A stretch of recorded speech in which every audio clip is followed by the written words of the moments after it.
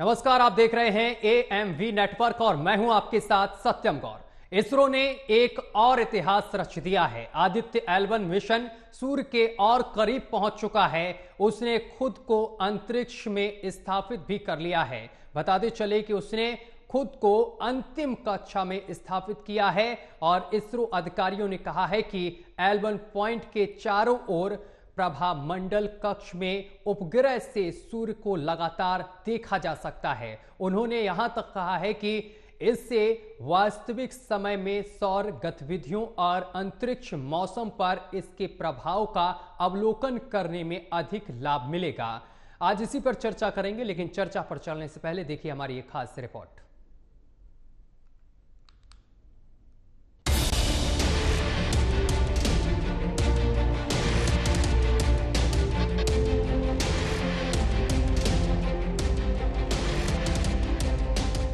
देखो कहां पहुंचे हैं हम। अब सूरज से दुनिया देख रहे हैं हम। देखो कहां पर थे, कितने आगे आगे हैं। गर्व से कह सकते हैं हम सूरज से होकर आए हैं।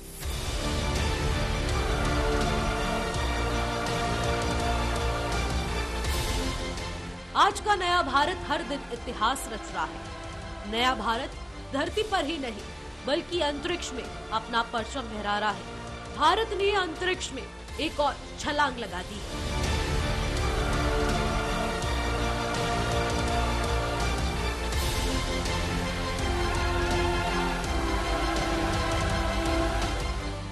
चंद्रयान 3 की सफलता के बाद से भारतीय स्पेस एजेंसी यानी इसरो लगातार एक के बाद एक मिशन को अंजाम दे रहा है। इसरो ने नए साल के पहले ही दिन ब्लैक होल की स्टडी करने वाला सैटेलाइट लॉन्च कर पूरी दुनिया में अपनी धाक और मजबूत कर दी है। और अब इसरो के सूर्य मिशन आदित्य L1 की ये खुशखबरी। भारत का पहला सूर्य मिशन आदित्य L1 अपनी मंजिल L1 पर पहुंच चुका है।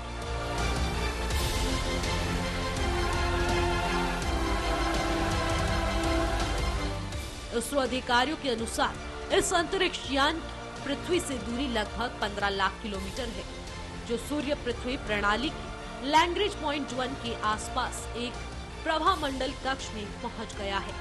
इसके साथ ही सूरज की स्टडी कर रहे नासा के 4 अन्य सैटेलाइट्स के समूह भी इसमें शामिल हो गए हैं। इसी के साथ आपको बताते चले, PSLV ने 63 मिनट और 20 सेकंड की उड़ान के बाद उसने पृथ्वी के आसपास की अंडाकार कक्ष में आदित्य L1 को स्थापित किया था। इस मिशन का मुख्य उद्देश्य और वातावरण में गतिशीलता, सूर्य के परिमंडल की गर्मी, सूर्य की सतह पर सौर भूकंप या कोरोनल मास इंजेक्शन, सूर्य के धधकने संबंधी गतिविधियों और उनके विशेषताओं तथा पृथ्वी के करीब अंतरिक्ष में मौसम संबंधी समस्याओं को समझना है। और भारत ने आज इतिहास रच दिया है। कहते हैं ना कि विज्ञान ज्ञान से बढ़कर बहुत अधिक सोचने का एक तरीका है और वो सफल हो रहा है। कभी किसी ने सोचा तक नहीं, वह आज का नया भारत अपना परचम लहरा रहा है। विश्व भर में बज रहा है भारत का डंका। जय भारत, जय भारत, जय भारत।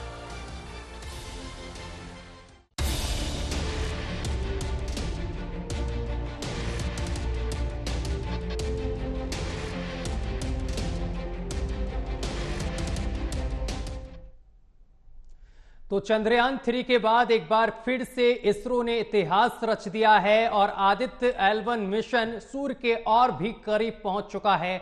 और आज हम इस चर्चा में ये जानने की कोशिश करेंगे कि आदित्य L1 जो पहुंचा है वो सूर्य के कौन से रहस्यों से पर्दा उठाएगा, इसको लेकर हम चर्चा करेंगे। हमारे साथ दो मेहमान जुड़ गए हैं, परिचय करा दें। डॉक्टर BK त्यागी हैं, वैज्ञानिक हैं। सर, आपका बहुत बहुत स्वागत है। रिश्ता शर्मा जी हैं हमारे साथ, स्पेस साइंटिस्ट हैं। रिश्ता शर्मा जी, आप ही के साथ चर्चा की शुरुआत करते हैं। रिश्ता जी, बड़ी कामयाबी मिली है, लेकिन आपसे हम समझना चाहते हैं कि आखिर ये सूर्य के कौन से रहस्यों से पर्दा उठाएगा और किन चीजों की खोज करेगा आदित्य L1। नमस्कार सभी को। मैं Rishta Sharma. I am here actually to present the successful landing of Aditya L1। ये बहुत ही बड़ा अवसर है जो हमने 2 सितंबर को लॉन्च किया और वो आज 6 जनवरी को लैंड हो गया है एंड जी। अपने ऑर्बिटल पीरियड पे पहुंच चुका है। तो अब ये इसका जो काम है, जो हमारा मेन मकसद था इस मिशन को लॉन्च करने का, कि जी। हम सूर्य में जितने छुपे हुए सारे रहस्य को ढूंढ के निकाल पाएं, इतने जो राज छुपा के रखता है सूर्य हमारे साथ, उसको पता कर पाए। जैसे आप उनकी देखेंगे तो उनकी अपर एटमॉस्फेरिक लेयर जो होती है, कोरोना एंड क्रोमोस्फेयर, जी। उसमें होने वाले इतने सारे प्रोसेसेस हैं, जिसे कोरोनल मास इजेक्शन CME, इतने सोलर फ्लेयर्स हैं, प्रोमिनेंसेस हैं, इन सब के पीछे होने के कारण that is going to be done with Aditya L1। And अभी आप देखेंगे तो सन जो है, सूर्य हमारा अभी इतना एक्टिव फेज में है, जो इतने प्रोमिनेंट सोलर फ्लेयर्स और सोलर प्रोमिनेंसेस निकल के आ रहे हैं, जिससे इतने सारे अरोरास भी फॉर्म हो रहे हैं अभी आजकल आप देखेंगे। और ये परफेक्ट टाइमिंग है जिसमें हमें सन के पीछे छिपे हुए राज पूरे पता लग जाएंगे। डॉक्टर बीके त्यागी जी, 7 पैलोड को भी लेके आदित्य L1 अपने साथ गया है। इन पैलोड का यहां पर क्या कुछ काम रहेगा? देखिए, जैसे अभी हमारे साथी वैज्ञानिक ने बताया जी। कि इसका एक खास ऑब्जेक्टिव यही है कि सूरज जो है ना, बड़ा एक अशांत पिंड है, बहुत गर्म है, गर्म मिजाज है, कभी गर्म होता है कभी ठंडा होता है, और अभी उसका जो बड़ा एक्टिव फेज है वो चल रहा है। और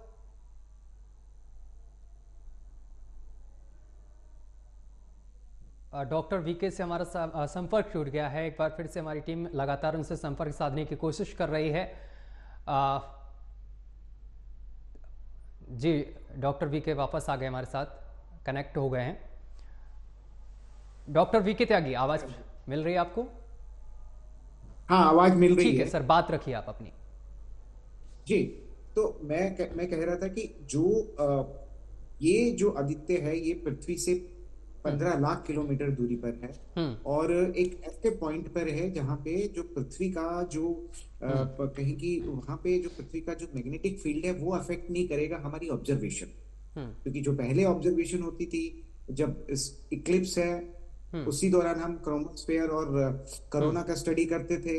तो अभी ये कैसा है कि ये इसको ऐसी जगह में एल पॉइंट पे इस सिचुएशन में लगाया गया है कि ये सूरज को कॉन्स्टेंटली मॉनिटर करता रहेगा, देखता रहेगा, और जो पेलोड है वो डिफरेंट एक्सपेरिमेंट्स जो हैं वो करेंगे और डाटा भेजेंगे, जिसके आधार पे जो सूरज का जो ये अनप्रिडिक्टेबल बिहेवियर जो अभी हमारे एक कहीं की थ्योरेटिकल लेवल पे, हाइपोथेटिकल लेवल पे है, वो डाटा से उस थ्योरी को प्रूव करेगा, डिसप्रूव करेगा, और उससे एक जो सन से जो सोलर प्रोमिनेंस और फ्लेयर की जो अभी हमारी शर्मा जी, डॉक्टर शर्मा जो बात कर रही थी जी, उसके बारे में डेफिनेट कहीं की रिजल्ट हमारे सामने आएगा। और जो हम एक जैसे अभी हम वेदर फोरकास्टिंग करते हैं, ऐसे सोलर वेदर फोरकास्टिंग भी कर पाएंगे, जिससे क्योंकि सबसे बड़ा खतरा हमारे को ये जो सोलर वेदर से होता है वो हमारे कम्युनिकेशन सिस्टम को है। तो कम्युनिकेशन सिस्टम पूरा वो वहां से सोलर विंड या हाई एनर्जी पार्टिकल इतना ज्यादा कई बार आ जाता है कि आपका जो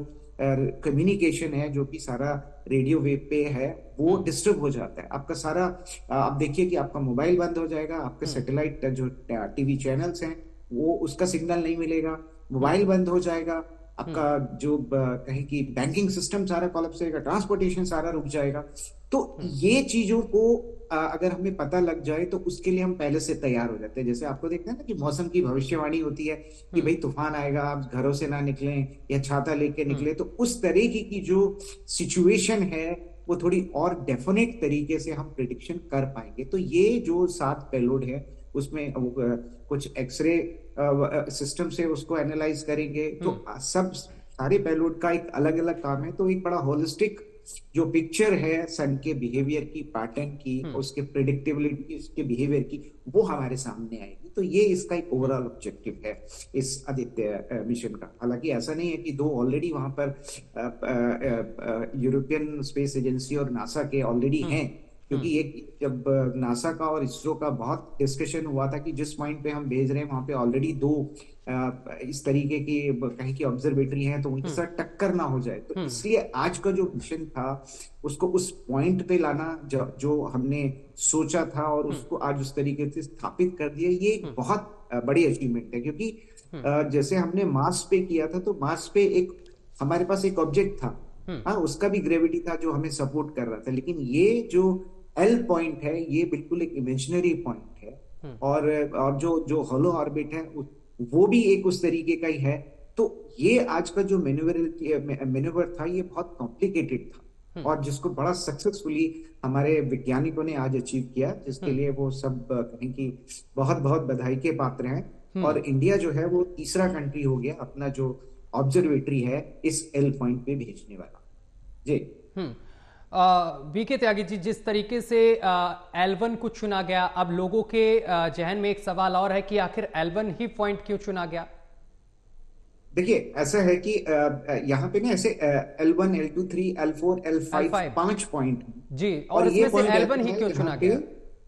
हाँ, तो L1 की सिचुएशन इस तरीके से है कि अगर हम अपना जो ऑब्जर्वेटरी है उसको वहां रखते हैं तो वो हमेशा उसका मुंह जो है सन की तरफ रहेगा।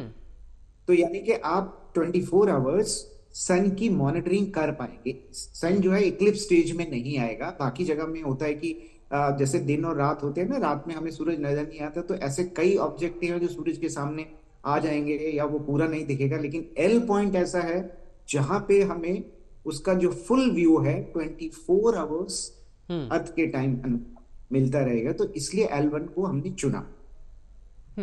और इसके साथ वीके त्यागी जी, जब चंद्रयान 3 लॉन्च हुआ और इसके बाद जब वो लैंडिंग कर रहा तो हमें पता था कि सूर्य की सतह पर, चंद्रमा की सतह पर वो उतरेगा, लेकिन L1 जो आदित्य L1 यहां से गया, इसमें किस तरीके से स्थापित होगा, इसको लेकर भी लोगों के अंदर तमाम तरह तरह के सवाल हैं। बिल्कुल बिल्कुल, देखिए ये क्या और था कितना कि ये चुनौतीपूर्ण रहा होगा जिस दौरान ये अपनी कक्षा में पहुंचा होगा L1 पॉइंट पर। बिल्कुल बिल्कुल बिल्कुल, क्योंकि ये सारा जो था एक मैथमेटिकल कैलकुलेशन के ऊपर बेस्ड था। हमारे पास कोई वहां पे ये, क्योंकि कहीं की एक काल्पनिक पॉइंट है बेसिकली, ठीक है ना, जहां हम ये कहते हैं कि जो अर्थ की और जो सूरज की जो ग्रेविटी है वो आपस में न्यूट्रलाइज कर जाते हैं। यानी अगर वहां ऑब्जेक्ट है तो वो उधर ही रहेगा, ना सूरज की तरफ जाएगा ना पृथ्वी की तरफ जाएगा। तो ये सारा कैलकुलेशन हमारा अर्थमेटिकल मॉड्यूलेशन जो हम करते हैं उस पे बेस्ड था। और फिर ये था कि क्योंकि 15 लाख किलोमीटर दूर है, रियल टाइम कम्युनिकेशन जो है वो उसमें थोड़ा टाइम लगेगा, वो हो नहीं सकता था।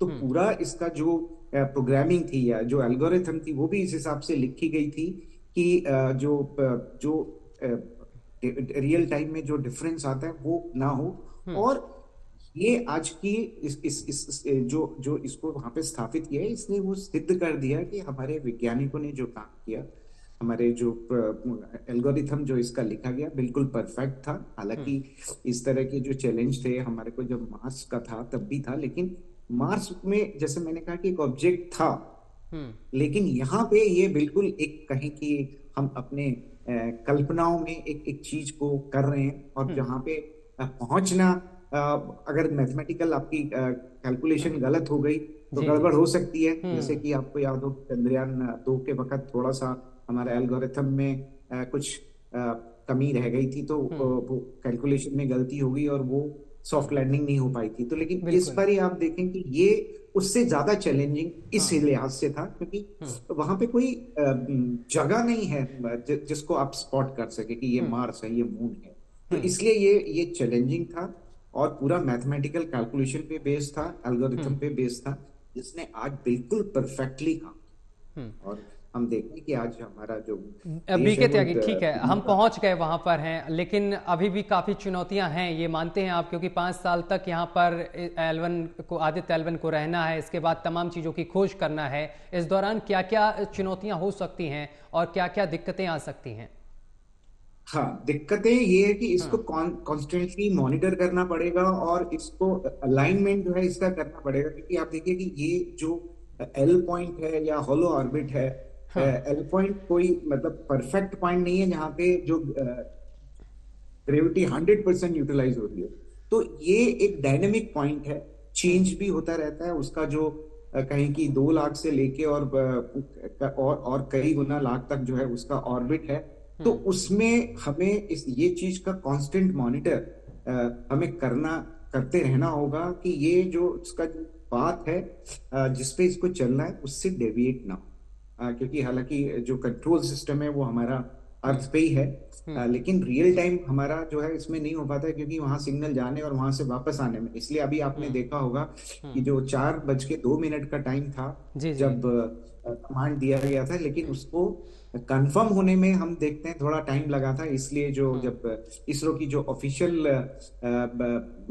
कहें कि अनाउंसमेंट आई थी वो कुछ थोड़ी देर बाद आई थी, तो वो यही है। तो इसीलिए इसमें हमारा जो एल्गोरिथम है, जो प्रोग्रामिंग है, जो जो कहें कि एआई है, वो ज्यादा इम्पोर्टेंट, तो उसको हमें अपडेट रखना होगा। और जो चैलेंजेस तो डेफिनेटली आएंगे, क्योंकि जो ये ऑर्बिट है ये भी डायनामिक, पॉइंट भी डायनामिक है, ऑर्बिट भी डायनामिक है, और आपको कॉन्स्टेंटली उस डायरेक्शन में उसे रखना है कि वो आपको 24 घंटे जो है वो डाटा आपको देता रहे।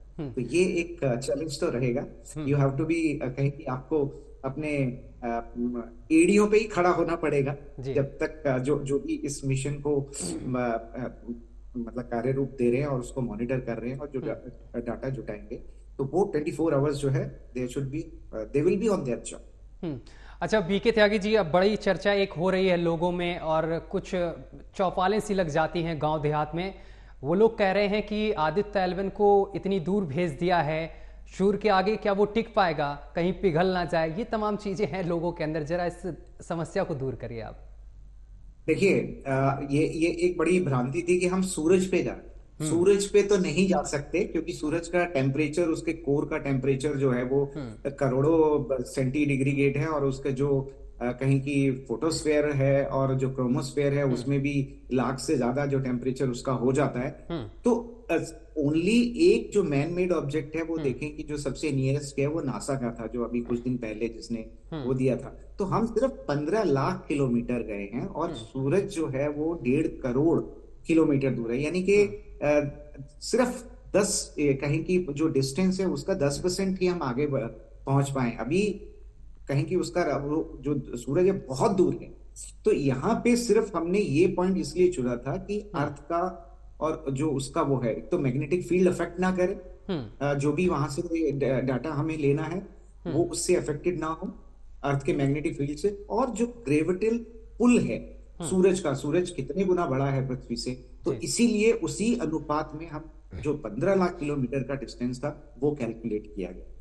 क्या हम ये काम पृथ्वी पर रहकर नहीं कर सकते क्या? क्योंकि तमाम लोगों के दिमाग में ये भी है कि हम लोग इतनी आगे बढ़ गए हैं तो हमें इतनी दूर जाने की क्या जरूरत थी, हम पृथ्वी पर भी रहकर ये तमाम चीजें कर सकते थे। देखो सत्यम, जैसे मैंने अभी तुम्हें बताया कि 15 लाख किलोमीटर एक जो डिस्टेंस लिया गया है, इसका एक खास मकसद, क्योंकि अगर उससे हम पहली बात ये कि वो पॉइंट है जहां पे सूरज और पृथ्वी का गुरुत्वाकर्षण न्यूट्रलाइज हो जाता है, यानी कि जो बॉडी जिस स्टेज में है वो फ्लोट करी, तैरती रहे, कहते हैं ना अंतरिक्ष में चीजें तैरती रहती है। दूसरी बात कि ये पॉइंट जो है वो ऐसा पॉइंट है जहां पे पृथ्वी का जो मैग्नेटिक फील्ड, पृथ्वी का जो कहीं की चुंबकीय क्षेत्र है वो समाप्त हो जाता है। क्योंकि अब जैसे इसमें जो पेलोड लगा हुआ है उसने जो सन से जो रेडिएशन आता है उसमें एक्सरेज को भी हमें वो करना है, स्टडी करना है। तो पृथ्वी पे एक्सरेज नहीं पहुंच पाता था, क्योंकि वो जो मैग्नेटिक फील्ड है वो उसको डिस्पर्स कर देता था। तो सूरज को उसके सही रूप में समझने के लिए क्या क्या उससे निकल रहा है, क्या क्या आ रहा है, उसके लिए हमें ऐसा स्थान चुनना पड़ेगा ना कि जहां से वो अनफिल्टर होके आए, क्योंकि जो सूरज की रोशनी हमारे पास पहुंचती है बड़ी फिल्टर होके आती है, ओजोन लेयर है, मैग्नेटिक फील्ड है। तो हम इस पॉइंट पे इसीलिए गए हैं कि जैसे सूरज से जो भी रेडिएशन पार्टिकल जो आ रहा है वो अपने कहीं की प्राइमरी रूप में आए, और हम जो स्टडी कर रहे हैं, हमारे जो इक्विपमेंट है उनको वो वैसा डाटा मिले जिसके आधार पर हम सूरज जो अभी कुछ एस्पेक्ट में अनसुलझी पहेली है वो क्लियर हो जाएगा। क्योंकि हमें नहीं पता लगता कि कब सोलर फ्लेयर आएंगे, कब सोलर प्रोमिनेंस आएंगे, और कब इतना जो सोलर विंड आएगी कि वो हमारा पूरा सैटेलाइट कम्युनिकेशन सिस्टम को कोलैप्स कर देगी। तो ये सूरज के इस जो अभी हमें उसके बिहेवियर का पता नहीं, उसके पैटर्न का पता लगेगा, और हम फिर सूरज के जो कहीं की मौसम है उसकी भविष्यवाणी भी कर पाएंगे। जैसे अभी हम करते हैं ना कि मौसम, आज का मौसम तो वो होगा सूरज का मौसम, वो किस तरीके से हमको प्रभावित करेगा, वो प्रिडिक्शन भी हम कर पाएंगे आने वाले भविष्य में। तो इसलिए ये बहुत जरूरी हो जाता है कि ये पॉइंट चुनना, इस जगह पे आना, और इसको कॉन्स्टेंटली ये सूरज की तरफ जो हमारे इक्विपमेंट हैं, जो उसको एनालाइज करेंगे, जो उसकी स्टडी करेंगे, उसका मुंह उस सूरज की तरफ 24 घंटे रहना चाहिए। इसीलिए इस पॉइंट को चुना गया और होलो ऑर्बिट को सेलेक्ट किया। अच्छा वीके त्यागी, एक चीज और कि ये आदित्य L1 तो पहुंच चुका है, काम कब से शुरू करेगा ये अपना? हाँ देखिए, अभी उसके जो डिफरेंट पेलोड्स हैं उनको इंस्टॉल करना पड़ेगा, उसको मतलब ऑपरेट करना पड़ेगा। तो उसमें जैसे कि इसरो का अनाउंसमेंट आया था, उसमें 5 से 10 दिन या 20 दिन का टाइम लग सकता है। हर एक सिस्टम को स्टैंडर्डाइज करना पड़ेगा, कैलिब्रेट करना पड़ेगा, उसके बाद जो है वो फुली ऑपरेशनल होंगे। तो उसमें अभी थोड़ा टाइम लगेगा, 15-20 दिन का टाइम भी लग सकता है। सबसे पहले किस पर काम होगा सर, इसके बारे में कोई जानकारी है कि सबसे पहले किन चीजों पर काम करेगा, किन चीजों की जानकारी सबसे पहले हमें पता चलेगी? क्योंकि 5 साल तक रहने वाला है, तो ऐसा तो नहीं कि आज इस पर काम होना है और 2 साल बाद इस चीज पर ये स्टडी करेगा।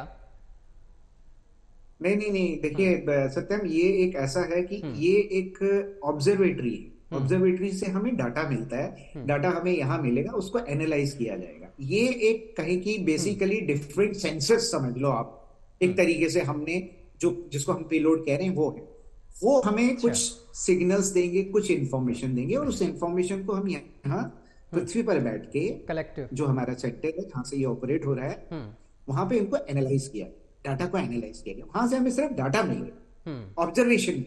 जी आपने स्कूल में जैसे एक्सपेरिमेंट किए ना, तो एक्सपेरिमेंट से आप कुछ रीडिंग लेते हो और रीडिंग के आधार पर निष्कर्ष निकालते हो, तो वो निष्कर्ष यहाँ निकलेगा। वहां से हमें सिर्फ कुछ रीडिंग साइन, यानी कि डाटा फॉर्म में डाटा। डॉक्टर पीके, समय की कमी है, लेकिन इसी के साथ साथ मैं एक सवाल आपसे और पूछता हूं कि ब्लैक होल क्या है, और ब्लैक होल पर भी क्या ये अपना काम करेगा आदित्य L1, या फिर जो यहाँ हमने ब्लैक होल के लिए अभी एक अलग से सैटेलाइट भेजा है, जो या वो उस पर काम करेगा, कहीं की मतलब निचली कक्षा में जिसको स्थापित किया है, वो एक्सक्लूसिवली कहें कि तुम्हारा पल्सर के लिए और ब्लैक होल के लिए बारे में होगा। क्योंकि ये जो है ये एक सिर्फ एक्सक्लूसिवली सूरज की स्टडी करने के लिए है, तभी इसका नाम आदित्य है।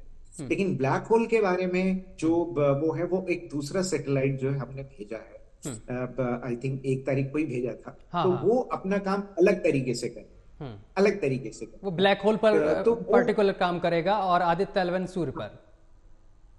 हाँ, मतलब ब्लैक होल वो जो उस तरीके की जो फिनोमिना है, ब्लैक होल हो गया, पल्सर हो गया, वो उन पे काम, मतलब वो जो है दो और दूर की चीजों को देखेगा, जो मतलब कहें कि सूरज से भी आगे हो सकती, ठीक है ना।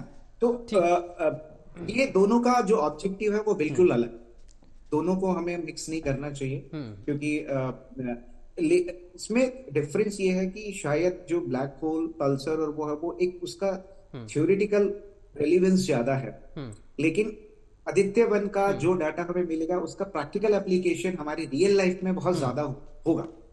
क्योंकि जो सूरज से जो रेडिएशन हमें मिलता है, हाई चार्ज पार्टिकल मिलते हैं, और उससे सन की जो बिहेवियर है उसको समझने में हमें ज्यादा मदद मिलेगी, जो कि अभी नहीं है। क्योंकि अभी हम सिर्फ पृथ्वी से उसको ऑब्जर्व करते हैं, कुछ डाटा हमारे पास है, या अभी जब हमारा हबल था और उसके बाद जो दूसरा वाला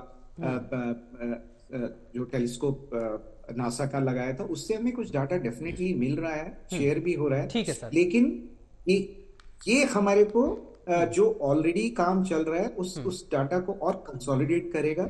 और ये एक सिर्फ भारत की बात नहीं है, ये जो डाटा जो हमें मिलेगा, क्योंकि ये पूरी पृथ्वी के लिए होगा। क्योंकि सन जो है वो डिफरेंट नहीं करता है कि ये कंट्री में रेडिएशन भेजना है, इधर नहीं भेजना। वो जब गुस्सा होगा तो पूरी पृथ्वी जो है उसकी तपन में आएगी। बिल्कुल। तो इसलिए ये for the common benefit of the humanity, कहें कि इसको अगर मैं इस तरीके से देखूं तो ज्यादा अप्रोप्रिएट हो। चलिए सर, बहुत बहुत शुक्रिया आपका हमारे साथ जुड़ने के लिए और तमाम बातचीत करने के लिए। रिश्ता जी, आपका भी बहुत बहुत शुक्रिया हमारे साथ जुड़ने के लिए। खैर दोबारा आपसे कनेक्ट हम नहीं हो पाए, बहुत बहुत शुक्रिया आपका भी। तो आपको बताते चले कि इसरो ने एक और इतिहास रच दिया है। आदित्य L1 मिशन सूर्य के और भी करीब पहुंच गया है और ये बहुत जल्द तमाम चीजों के लिए जिसलिए भेजा गया है, यानी कि सूर्य के तमाम खुलासे करेगा, तमाम रहस्यों से पर्दाफाश करेगा। फिलहाल मेरे साथ अभी के लिए बस इतना ही। देश दुनिया की तमाम खबरें देखने के लिए देखते रहिए AMV नेटवर्क।